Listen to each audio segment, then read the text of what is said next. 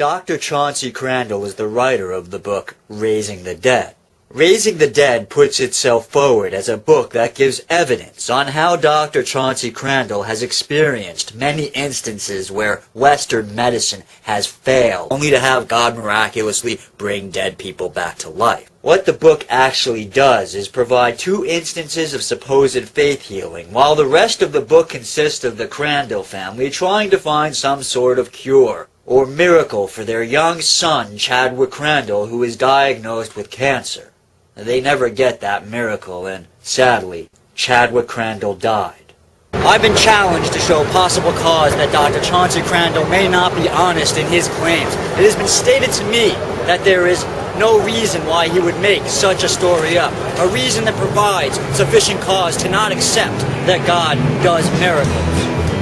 I accept that challenge. I know there's no use getting angry. I know there's no use being sad.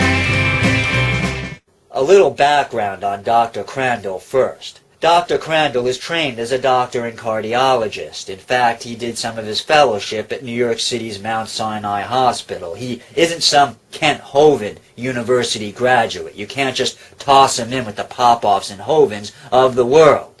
Dr. Crandall claims that in 2006 a patient came into the ER, collapsed dead from a heart attack, and could only be brought back to life by the power of prayer.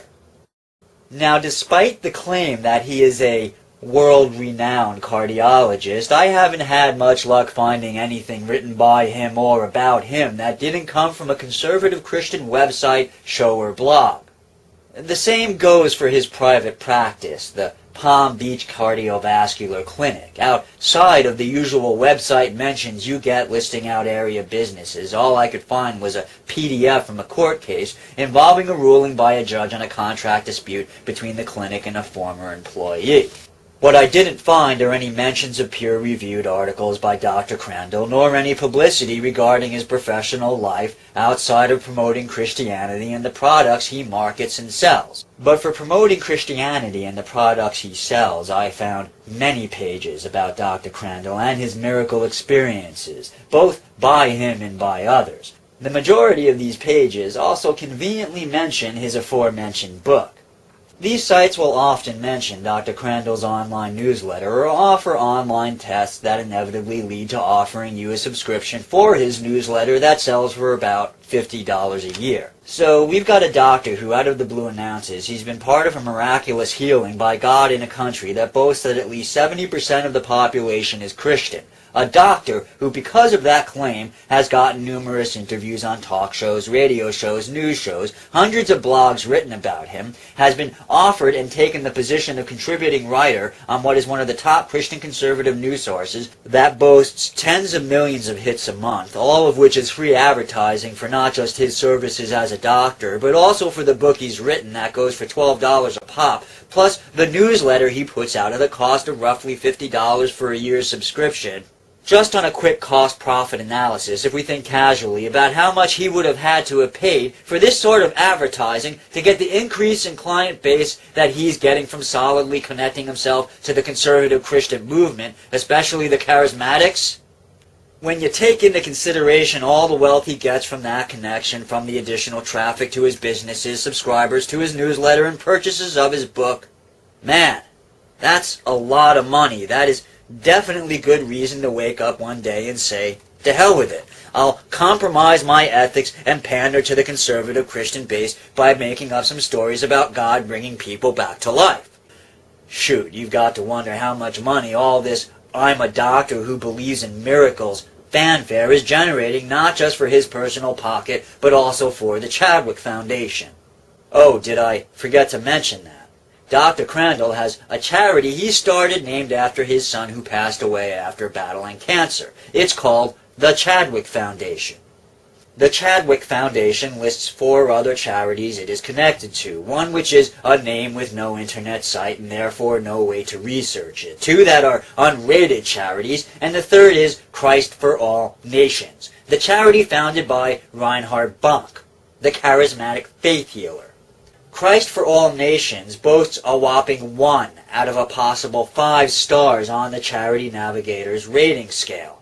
The Chadwick Foundation, like the other three charities, also has no rating. The Chadwick Foundation boasts that it has a medical clinic called Clinica Shad set up in Medellin, Colombia. I did some rather extensive online searching for anything that indicates that the Chadwick Foundation's Clinica Shad actually exists and has done some sort of work, and I found nothing. Which isn't all that surprising. A small clinic in that town may very well not be on the internet, although I'm surprised that a publicity-oriented person like Dr. Chauncey Crandall would pass up an opportunity to put up photos of people working at Clinica Shad to help generate donations for the charity. Searches for Clinica Shad and the Chadwick Foundation only turned up a Tumblr link to some pictures of Dr. Crandall, dressed in blue scrubs with captions that try to give the impression that Dr. Crandall healed Haiti earthquake victims by laying on hands. But nothing on the Chadwick Foundation in Medellin, Colombia. I tried calling Colombia, but ran into the problem of not speaking the local dialect, so I reached out to someone with the necessary language skills who went ahead and called Medellin, Colombia information to ask for the phone number and address to La Clinica Shad. That person was D.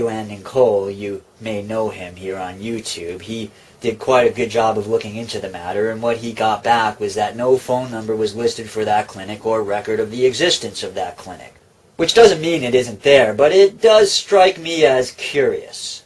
Oh, I did mention that Dr. Crandall went to Haiti to offer his services as a doctor. I think the main thing is try to identify with a group that is on the ground and has a long-term commitment to Haiti. You know, there are many great organizations out there, but are they committed long-term, and do they have relationships on the ground working with local people there? Those are the people that I would donate money to and give assistance. And what they need right now is really cash. They don't need you to send rice or black beans. It's difficult to get that over there, but they need your money. And I would identify with many of the missionary groups that are on the ground, many of the churches that are there, the Red Cross and other relief organizations that have a long-term commitment to see Haiti turn around. I'm going to run with his advice and offer a list of reputable charities that are actually doing good work in Haiti that helps with rebuilding. I'll provide you a link to this page on Charity Navigator that tells you how to donate wisely. You'll notice that neither the Chadwick Foundation or its connected charities appear on that list. There are other groups doing good work in Haiti that aren't on that list. For example, Cuba sent doctors to help out with the relief effort and has had people on the ground in Haiti helping to train medical personnel for years.